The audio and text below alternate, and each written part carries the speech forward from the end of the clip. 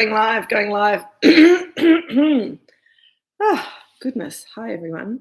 I like getting myself organised, walking around. I sat down, it was 6 o'clock, so I'm sorry I'm 30 seconds late. Oh, a little sip of my water. Hello, Rob and Deb, you in tonight? Greg and Hayley, how are you? Fiona, hi. David, hello. Peter and Karen, hello. And hi. Karen, g'day. You're in charge again this week. Jeff and Sue, hello. Hello, Kay. Lovely to see you all. So it feels like the madness before a big party at the moment here at Moorooduc. Hello, Emily and Kevin. Lovely to see you. I'm a little bit croaky in the voice because I've been doing days in the trade. I was in the trade very briefly up in Sydney. I went to do a little event for a friend who runs the Champagne Bureau on Monday night for the trade. Hello, Sarah and all the tricks. How are you? Hello, Nareem. Does had trouble finding a Shiraz in Waikiki. I know, that's dreadful. Well, no, because the Americans don't like Shiraz. It's really weird. Pinot Noir, excellent. Karen and Joan, excellent to see you. Craig's missing out again. Anyway, we knew that was going to happen. Richard's here. Everyone's rushing around today. You might have heard we've got a lunch on Sunday, which a few of you are coming to. But yeah, we've added a little bit of extra pressure to ourselves because we're doing a trade and media event on the Monday as well. So Jill and Peter are madly cooking in the kitchen. I'm here. I've been sending out emails to people, trying to organise stuff. Richard's running around. I'm not sure what he's doing, but anyway, thank goodness it's 6 o'clock and time for a glass of Shiraz, I say. Has everyone made a curry? Has anyone made a curry? It would be interesting to know. Before we do the food stuff, let's do the wine stuff. And yes, isn't it? Hello, Alison. Lovely to see you. Isn't it a gorgeous day? It's still a gorgeous day. I've got my T-shirt on, got my arms out, which is lovely. Purchased curry. Good work, Fiona. The sun is setting slowly over the hills and over the bay. It's rather gorgeous. Richard, I had to raid your bottles of Chardonnay because Peter and Jill were cranky because they didn't have a drink. So they're drinking, but I'm sure whatever you've got for them will make them happy as well. What do people say? Beef rendang. Excellent, Kay. Goat masala. Good work, David. Nice to hear. We've got some goat eaters out there. I've got a little vegetarian curry. I'm very proud of myself that I made. It's not any of the recipes that I sent you, but it's certainly got slow cooked lamb shanks for you, Karen. How delightful. So mine is a little cauliflower and pea curry that I made a couple of days ago before I went up to Sydney. And it's got all the spices but very little chili in it. So I think it'll at least do the spice job. It won't be as delicious as lamb or goat or any of the other things that you guys have got, I'm sure. But it'll hopefully give me a feeling for how the wine copes with the spice, which I think is quite fun. I also got an email earlier on in the week, I think on Monday or Tuesday, suggesting that a Massamum lamb curry is also delicious with a good fruity Shiraz. And as I said in my email, as long as you don't go too hard on the chili, the other spices are very compatible with wine. So Emily, no curry for us, just wine for now and out to dinner later on. Italian, how lovely. Pui lentil and black beans, spiced up. Fantastic, Greg and Hayley. And all right, good. Well, let's get some wine in our glasses, shall we? McIntyre Shiraz, 2019. I do like the new label. Hello, Brigitte and Anthony. Lovely to see you. Lamb cutlets with chimichurri. How delicious. All right. I'm not decanting it tonight. I've got my little Sangiovese glass. Dad's brought some Pinot glasses across. I think he's planning to have some Shiraz in there, but who knows. It is such a good colour. It is a bit closed, so if you do have a decanter and you want to chuck it in, you can absolutely do that. I won't fill my glass up to the top, so I can give it a good give it a good swirl. But I'll leave the lid off so that the air gets in and helps with the aeration there. Hello, Cotty and John. Got a little distracted. Your house pump failed. You have no water. That's dreadful. But yes, more wine, I guess. Absolutely. Got the pie option, Anne. I thought some people would go that. It's quite nice. I'm feeling quite brave, and I'll mention it now in case I do slop wine on myself at some stage during this session, that I don't usually wear white when I'm tasting red wine, but it just felt like such a lovely spring day today. I had to wear my white t-shirt. So at least with white, you can stick some bleach on it if you get wine on it. So dye it red, whatever. Here you go, Dad. There's some Shiraz for you. 2019 Shiraz. So yes, Alison put it through the caravan. Ah, cool. Yes, Kay was saying that it's quite closed. I think that colour, though, is absolutely fabulous. And I think that just wearing a white T-shirt behind it makes it even more fabulous. It's dark purple. Such a good colour. And 2019 was, hello, Jack and Hannah. Thank you for dropping in a little special thing for us today too. That was very sweet. We'll keep it for the weekend. Shell is here. Excellent. Baked tofu and Brussels sprouts with hoisin tahini sauce. Okay, cool. As you are known for, Shell, you're pushing the boundaries, which I think will be really interesting and delicious. Robin Deb, interesting and lovely, of course. Bigger style than I expected, quite dark and firm tannins, delicious plum fruit coming through. So I reckon, Rob, that 2019 was a good year for Shiraz because it was quite a small vintage. There goes Reggie. Did you see? We don't always see him jumping up on his wall during Drinks with Kate, but if you're watching behind me, you see his tail kind of go flying up, and he's up there now, feeling quite happy with himself. It's a harder jump for him these days than it used to be. Oh, look, Jack, I totally understand. Happy birthday, Toby. It's just it's a bit random, the 40th birthday thing, but we're so bad at celebrating these things. We thought we'd better do something before the end of the year. I'm not sure if it's exactly 40 years to the day that we planted our first vine this weekend, but it's close enough. So, cheers to that. Yes, and it's got a big nose. It's quite fruity, quite closed down at the moment, but it's opening up slowly. Lots and lots of black plum, I think, and a little bit of red plum, sort of blood plum, all those plum things. Lots of blackberry, a little bit herbal. Peter and Karen are having lamb korma and rogan josh. Excellent. Indian takeaway on the corner. Perfect. And there is a hint of sage on the nose. And there's definitely some spice, Peter and Karen. So it's a bit hard when you've got strongly scented Indian food kind of wafting towards you. But there's definitely some black pepper there for those of us who can smell it. I always get a little bit of cardamom and a little bit of fennel seed and what's the other one? Cumin seed in there as well. Okay, I'm so glad it's awesome with the rendang. It is. So this is a conversation that Jeremy and I have had from time to time.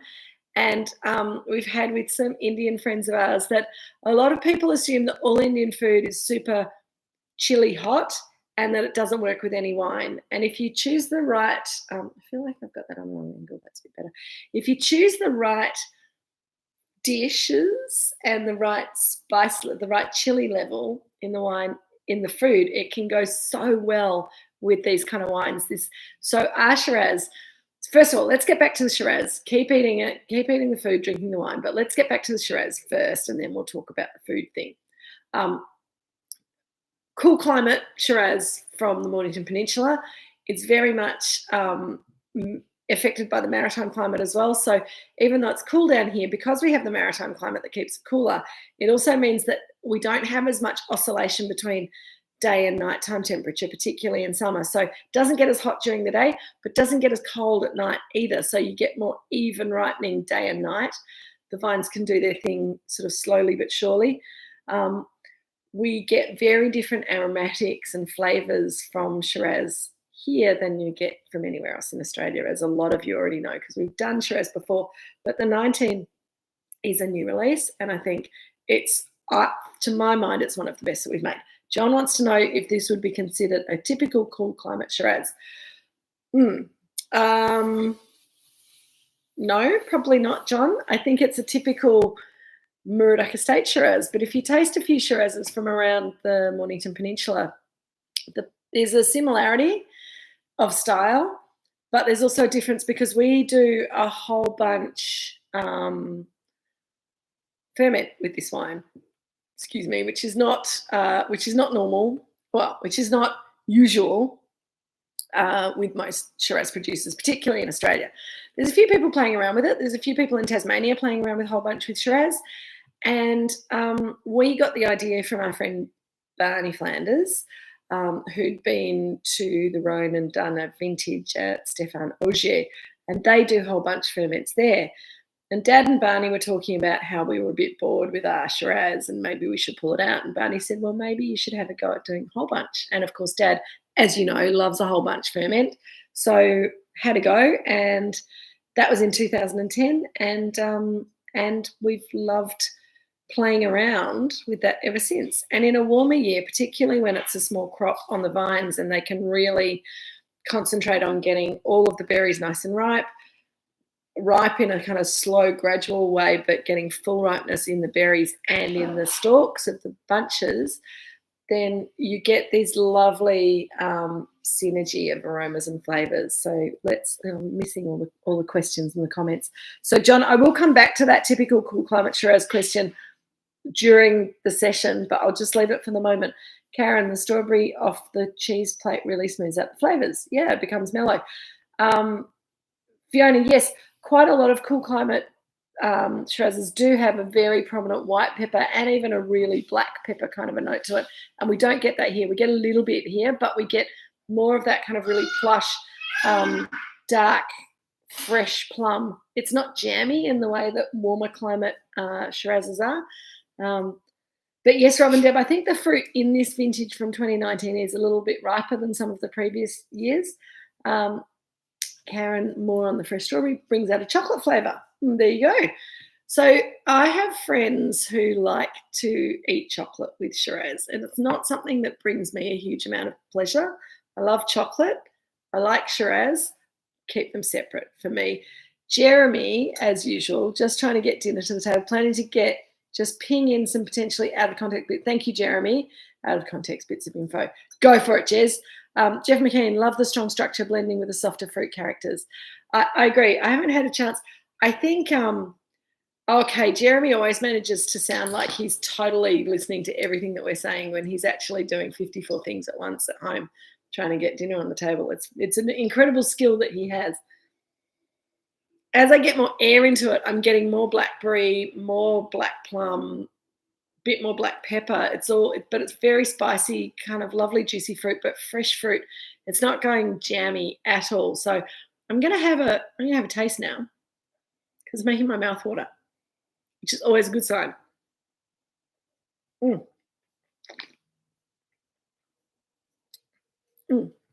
So to me, the whole bunch character is less obvious in this wine than it is in some of our other Shirazes and than it is in some of the garden vineyard Pinots. And I think that is that real concentration and ripeness of the 2019 vintage. I think that it really brings up all of that lovely fruit density, but there's a savouriness there, and I can't really put my finger on what sort of savoury flavours we've got going on, but we'll work on that as it opens up and as we keep tasting. What's Jeremy got to say? The pepper thing is a compound called rotundone, only recently discovered. Not surprisingly, it's the same smell that your black pepper grinder emits when crunching peppercorns. Some people, like my father, can't smell that smell in wine. And so a really black peppery wine doesn't have the same impact on him as it would have on someone who's sensitive to that aromatic. I do think, though, when you get a wine like this that has a bit of that smell to it, um, it if you think about the kind of food flavors that work well with black pepper, it makes it much easier to match the wine to a food. So we always talk about drinking Shiraz with a steak with a pepper sauce, or a piece of pepper encrusted venison works well with Shiraz. A lot of those kind of things. Shell is pointing out that the hoisin in her dish is bringing out the black pepper note, and it often does, because hoisin's got that sweetness and that saltiness that does accentuate black pepper and spice in things. So it's why a lot of Chinese cooking has hoisin, because it's got the sweet and the vinegar and the it's a different spice from pepper and chili spice, but it's still kind of compatible with the flavors. And so to my suggestion of matching to curry. When we talk about curry in the past, a lot of people have gone, oh yeah, you just need to get as hot as possible. And that's great for being, a maverick. And yes, a lot of Indian food does have quite a bit of chili in it, but it's the other chili spices in the masala, or in the curry powder or in the curry paste, that I think make it really interesting. And I think that first and foremost, I really like slow cooked lamb particularly, but also goat and beef with this Shiraz. So if you then get your slow cooked meat, but you slow cook it in some caramelized onions and a tomato based curry, then you're getting layers of umami on the palate from the food, and that's going to react really nicely with the aromas and flavors of the wine. And then the spice mix, and we're talking about curry leaves, and we're talking about nigella seeds, and we're talking about cumin seeds, and we're talking about mustard seeds, black mustard often. What else? What else can we put in? Some ginger and some garlic, or even asafoetida powder, which is really stinky but gives you the sort of oniony, garlicky kind of flavour to your curry if you choose not to eat those things, and that is the thing that we see a little bit in Indian culture. Transcendental meditation is impaired by onions and garlic, apparently. So if you're into that kind of thing, then your asafoetida powder will give you that oniony flavour without spoiling your transcendental meditation skills. But all those flavors, when they're cooked together before you add all the other stuff, and then they're slow cooked in the sauce of the curry, work really nicely with the spice and the flavors of this kind of cool climate Shiraz. I'm making myself salivate, Rob and Deb. I take this bottle down to the Himalayan in Hastings. Good idea. So I'm going to taste my curry with it because I can, and it's making me hungry just thinking about it. But before I do, I'm just going to comment on the other thing that I noticed with this wine, is that sometimes the Shiraz can be a little bit too savoury when it's young. The 2019 for me has got this lovely kind of sweet fruitedness on the palate, and it finishes with this lovely, it's not too sweet and it's not too, as I said, it's not too jammy, but it's got a real kind of, it's I can't find the right words for it, but it just finishes off with that lovely flavour that you get in your mouth after you've had a really delicious blackberry. I think is probably a good one because they're quite sweet and perfumed. I think a really lovely ripe black plum. Rob and Deb, I'm looking forward to plum season again. And the spice kind of fades away and that fruit comes forward on the finish. The tannins are there, but they're really soft and velvety. So that's the other thing about Shiraz. Shiraz has got thicker skins, which is why we get that beautiful colour, but you also should get more tannin. But this one's got so much lovely plush fruit and silkiness to it. You're right, Rob and Deb. I think the silky mouthfeel is a really good descriptor for this wine. that it's ready to go now, and you don't need food with it. You don't need something to soften it out because it's got lovely freshness and brightness to it, but it's also got a lovely soft, silky, velvety kind of character to it. Another sip. I'm gonna have a little bit of my Richard's already finished his first glass, so it must taste all right. Leaky glass. Leaky glass. Oh dear. So my curry, as I said, it's not an ideal curry. I think the curry recipes that I sent you that were tomato and onion based are better than this, but this has got all of those. You can't have it, Polly. It's a vegetarian curry. You wouldn't like it. Try not to spill it on myself. It's really savoury. It's got some nice saltiness to it. Lots of spice.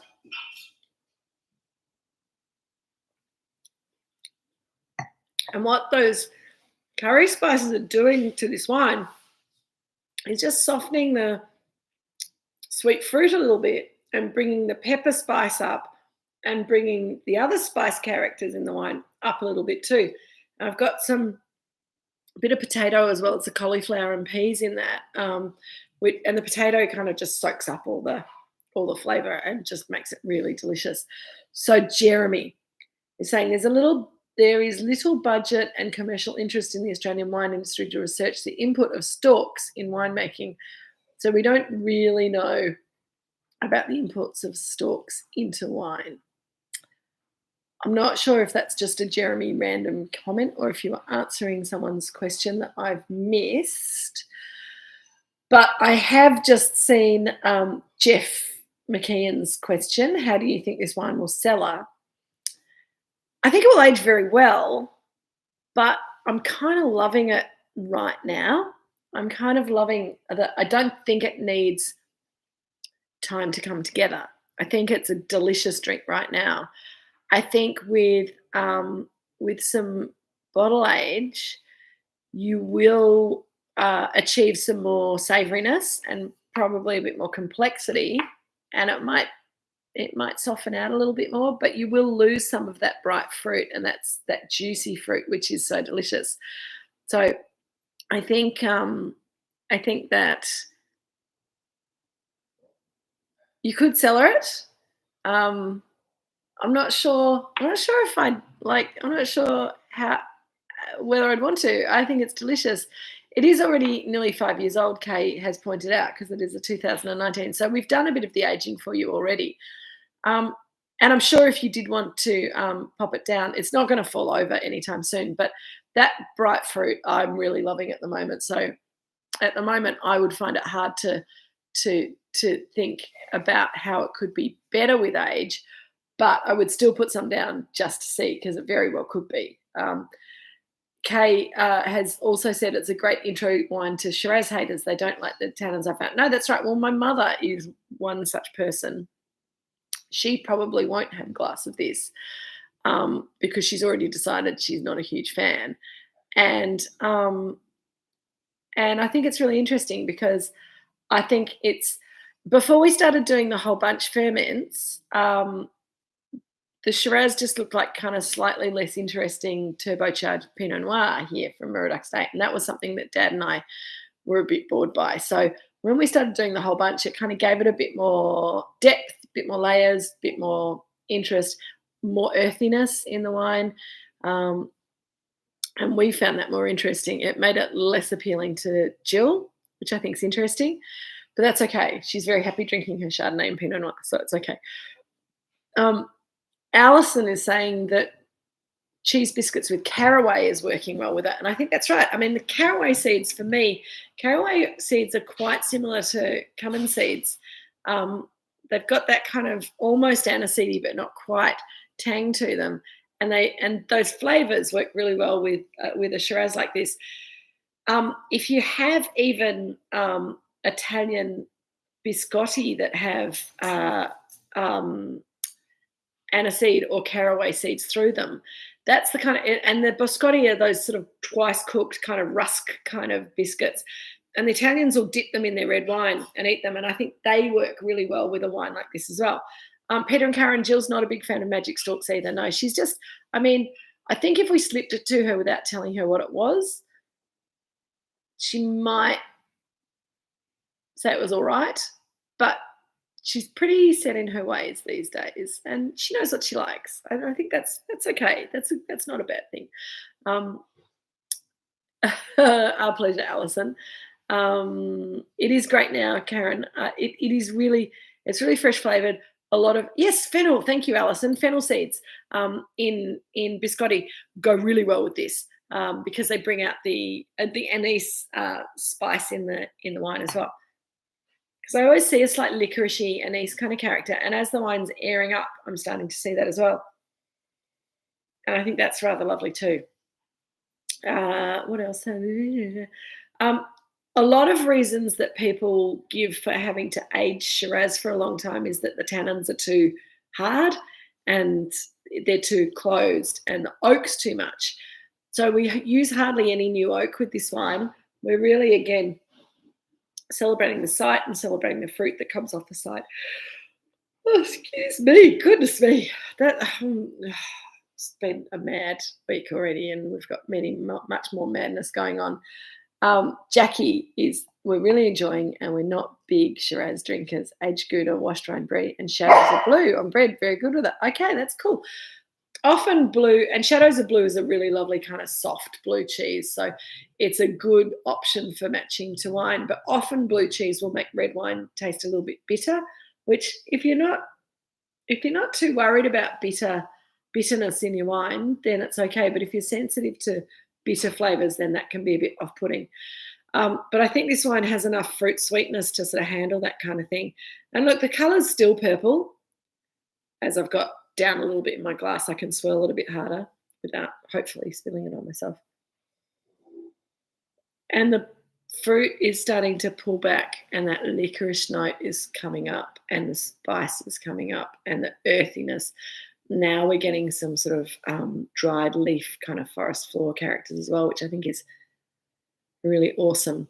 And there's a meatiness there, which is when I think of Shiraz, this sort of Shiraz, and this Shiraz in particular, the reason that I like to match it to lamb or goat is that those meats are red meats, but they've got a sweetness to them, and the fat has a sweetness to them as well. So if you've got your little lamb lollipops with the fat on them, eat the fat because it's the best bit, and you get that lovely sweet fat.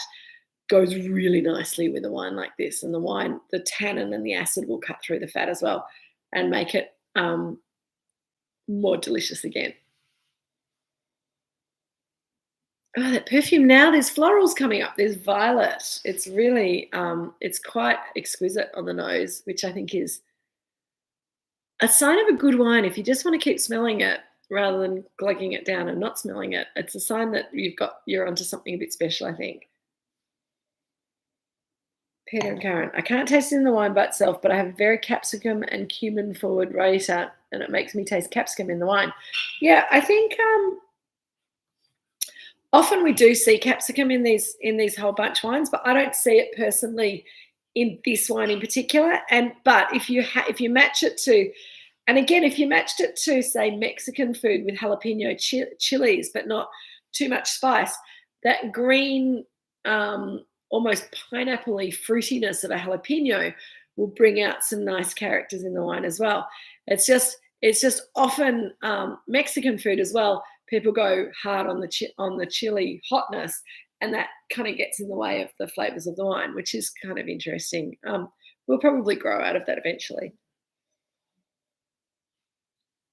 Now it's starting to smell soft again. Shell's pulled out the fennel seeds. Super interesting with the wine. When in India, my friends give me sugar-coated fennel seeds at the end of the meal. Good digestive pairing. I know that little packet that you get, and you just kind of eat them. Sugary fennel seeds. They're quite delicious, and they leave a really nice, refreshing taste in your mouth. Makes me want to have a little bit more of my curry because it's making me hungry thinking about it. Mm-hmm. I have to say, as well, Jeremy grew the cauliflower for me. So thank you, Jeremy. Delicious cauliflower. And I think cauliflower, when you roast it with spices, gets a kind of an earthy meatiness to it, which makes it a good vegetable to put into things if you're choosing not to go down the meat route for a little while. Cauliflower has a lot of intensity of flavour, which kind of gives you a bit of depth. Brings out a little bit more earthiness in the wine. The violets are there again. It's just pretty fun, isn't it? So what's everyone been up to this week? I've been, as I said, I was in Sydney for about 5 minutes doing a champagne tasting for the Champagne Bureau, and I would have invited you guys, but it was for trade only, and it wasn't my guest list. So we'll do something like that soon, one day soon. Hello, Jill. Hello. And I did a little bit of work with my distributors in the trade. Jill, I said we were going to wait and open that on the weekend.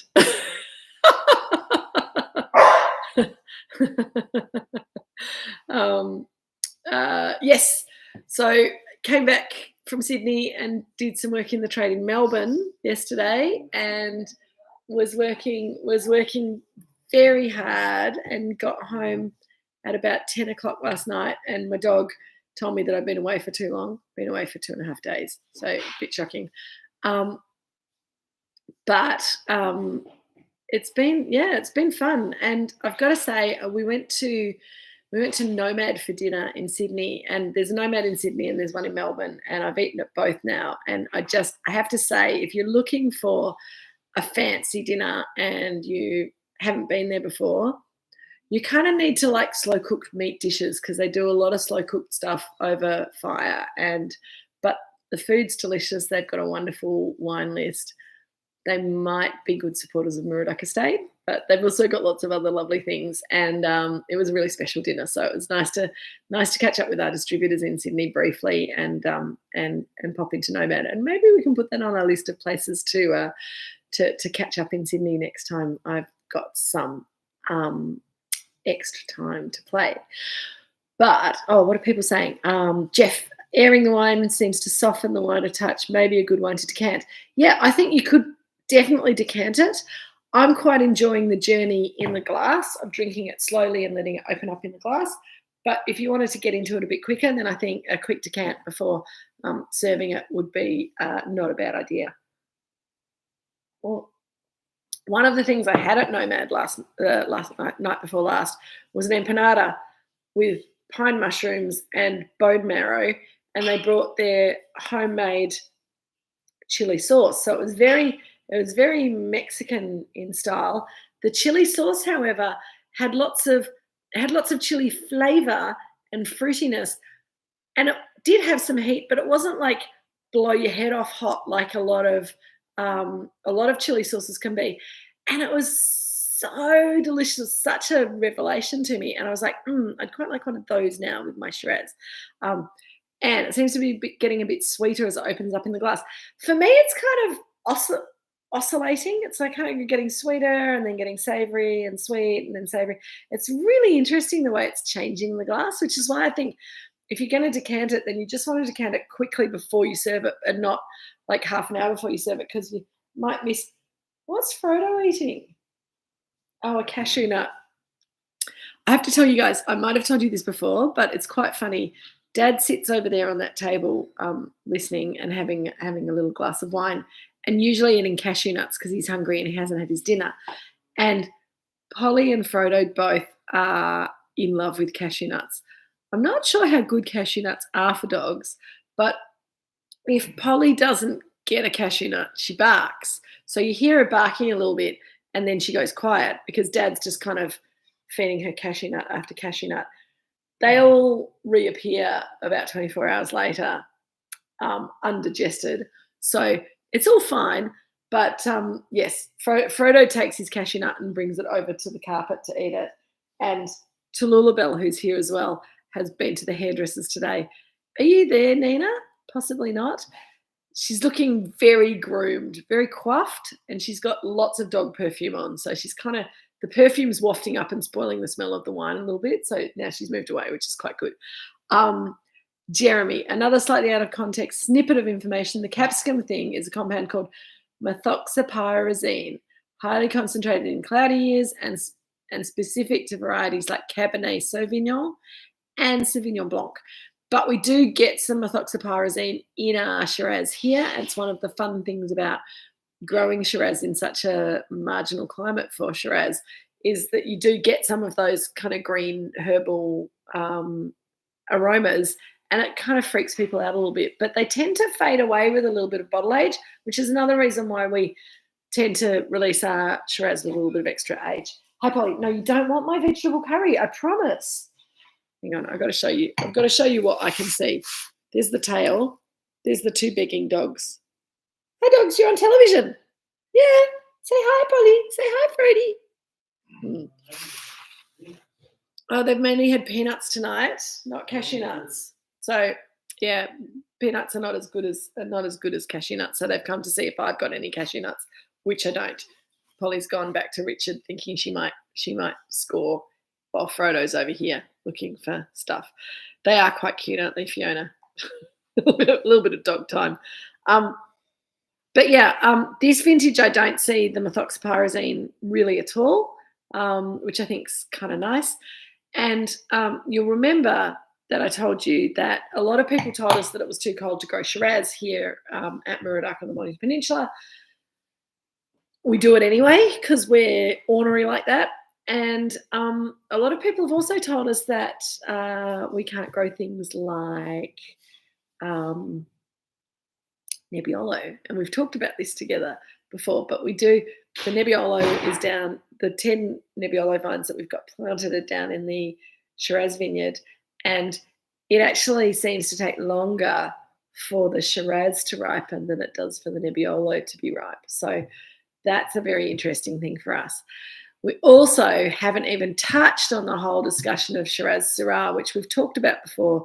And I think it's a bit boring to listen to Kate rant on about that again and again. But rest assured that we will continue to call our cool climate maritime Mornington Peninsula Shiraz, because we're in Australia and that's the Australian name for the grape variety, which I think is awesome. Syrah being the actual international name for this grape variety and the name that pretty much everyone else calls it by.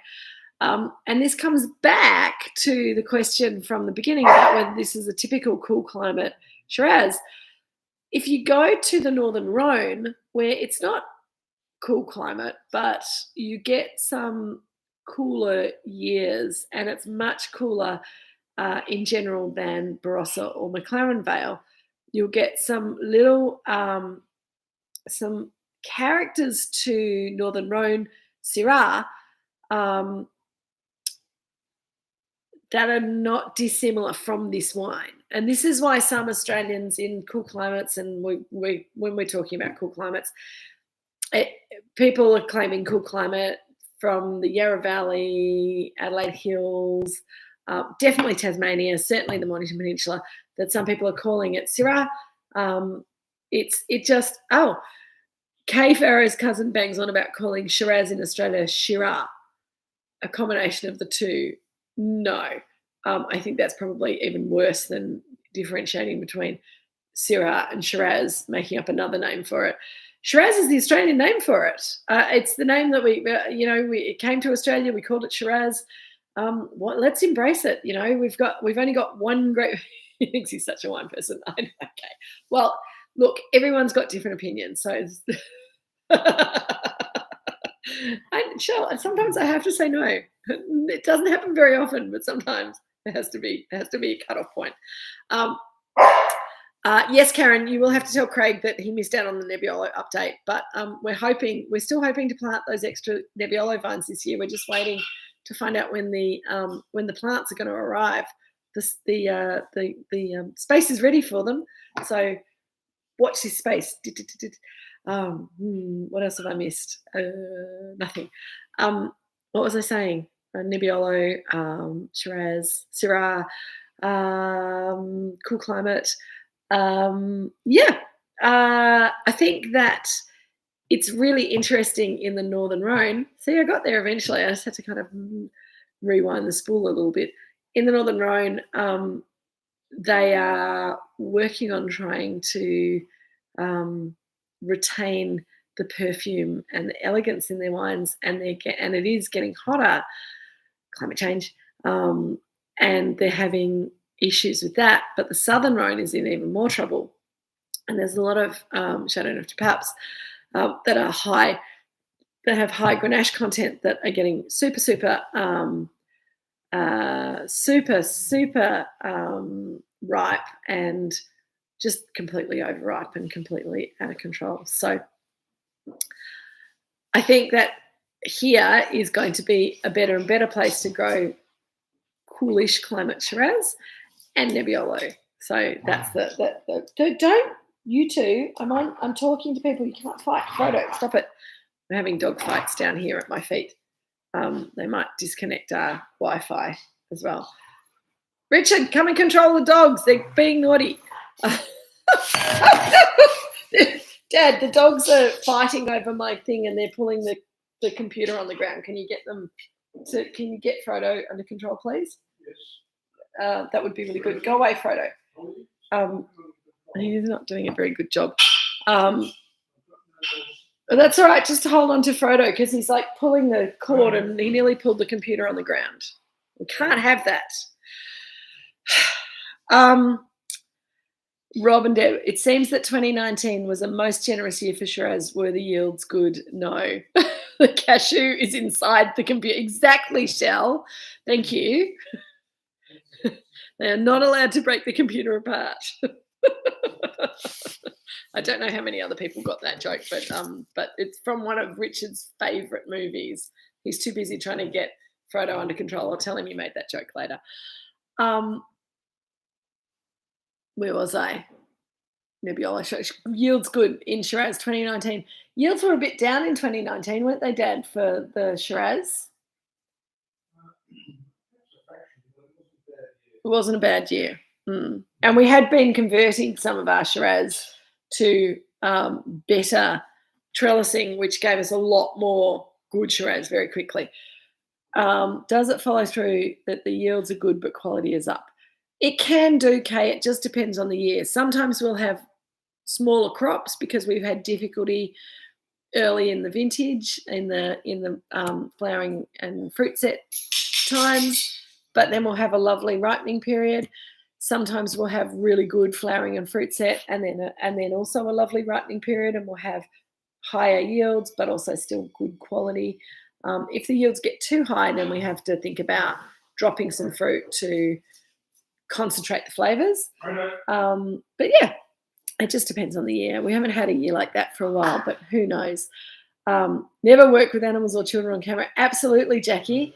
And Frodo's being very naughty. He's got a bit weird, randy old man kind of behaviour, and he's not listening to Richard.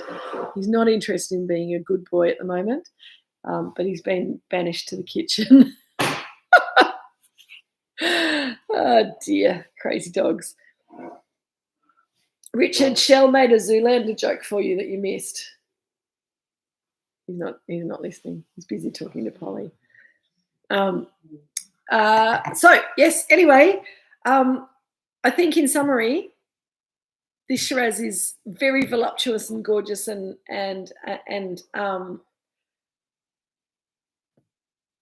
ready to go. What's the right word? I had a word in my head and it was on the tip of my tongue and then it disappeared.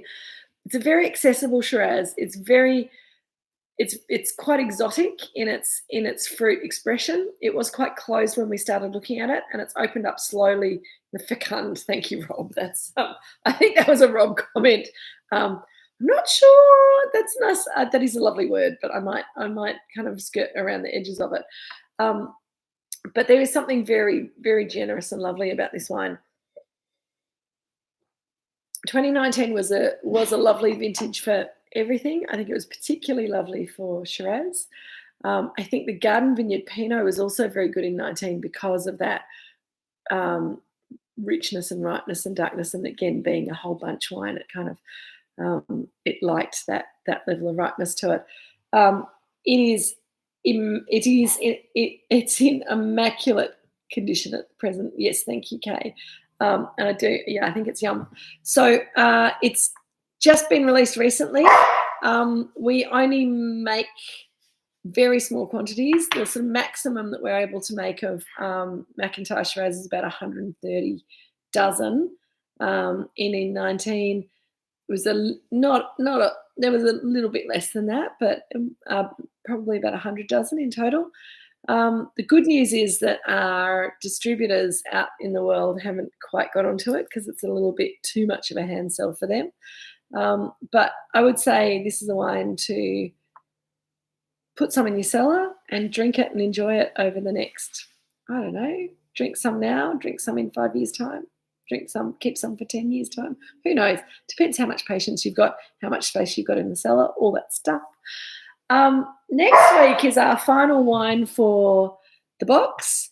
And then we're having a few weeks break, actually. So don't stress. I haven't sent out the link for box 5 yet. We're going to do that next week because we didn't want to get in the way of the box that we sent out today to all of our mailing list to celebrate our 40th birthday. I don't know if you've had time to look at that email yet. Very busy life. But that is an awesome box. We've actually dredged the cellars and found it's all McIntyre wine, 2 Chardonnays, 3 Pinots and a Shiraz. It's going to be delicious drinking. For those of you who are coming to lunch on Sunday, we'll be drinking some of those wines then, so you'll be able to taste them. If you're not coming to lunch on Sunday, but you're around and you feel like popping into Cellar Door, Leonie's going to have 3 of those wines on tasting on Saturday and Sunday and probably Monday in Cellar Door. So it's another opportunity to come and say hi, have a taste, all that stuff. We're all going to be running around like headless chooks all weekend, so you'll probably get to see us if you come in. And if you don't and you just want to buy the box, then do that. And if you don't want to buy the box, that's okay as well. Drinks with Kate box 5 will be coming out early next week. And also, I will be sending out an email at the same time as box 5 with an official invitation for you to ring Linda and book into Drinks with Kate Live on the 8th of October. But for you guys, you don't wait for an official invitation. Give Linda a call tomorrow. It's going to be, I think, what time did I say? I think it's, I should make sure, I should write notes for myself. I think I said it was going to be like 3 till 5, something like that. It'll be afternoon. We'll have some nibbles. We're going to have some lovely wines. It's going to be $50 a head. And I can't wait to see you guys here. And then we'll start box 5 the week after we've done Drinks with Kate Live here at Moorooduc on Sunday. 2 till 4. Thank you, Kay. I know I can rely on someone, usually you, to have the facts at your fingertips. 2 till 4 on the 8th of October. Give Linda a call tomorrow or whenever you feel like it to book in, and let her know at the same time if there are any dietary requirements that you have, because we will be doing it's not going to be a full meal. It's going to be nibbles with the food to have some fun. It'd be great. Try the steak, etc., etc. Exactly, Shell. Thank you very much. Next week we have Drinks with Kate again. I believe we have a Pinot Noir. I think it's the 2021 Robinson Pinot Noir to finish off this box. That's me working completely off memory. So if it's something completely different, then apologies. But yes, I think it's the 2021 Robinson Pinot Noir, which will be delicious. A great place to finish box 4. I am going to leave you all to your Shiraz and your curry or your pies or your slow-cooked lamb shanks or whatever it is that you're having for dinner tonight. It's been awesome, again, to hang out with you. This Shiraz has made me very happy. It's made Polly very happy. Are you very happy, Paul? Yeah, happy girl? Good girl. Good girl, Paul. And yeah, it's been ace. And I'll see you all again next week, unless I see you on Sunday first. Karen, you're in.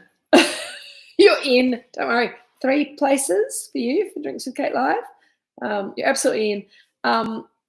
If you don't want to ring Linda, or if it's inconvenient, just send me an email, kate@moorooducestate.com.au, with the number of people that you want for Drinks with Kate Live on the 8th, and your phone number so we can give you a call to get your credit card details. And that's all for today. Thank you very much, people. It's been ace. have a lovely weekend. We will be going crazy, but also having lots of fun. Happy 40th birthday to all of us. And I'll see you next week.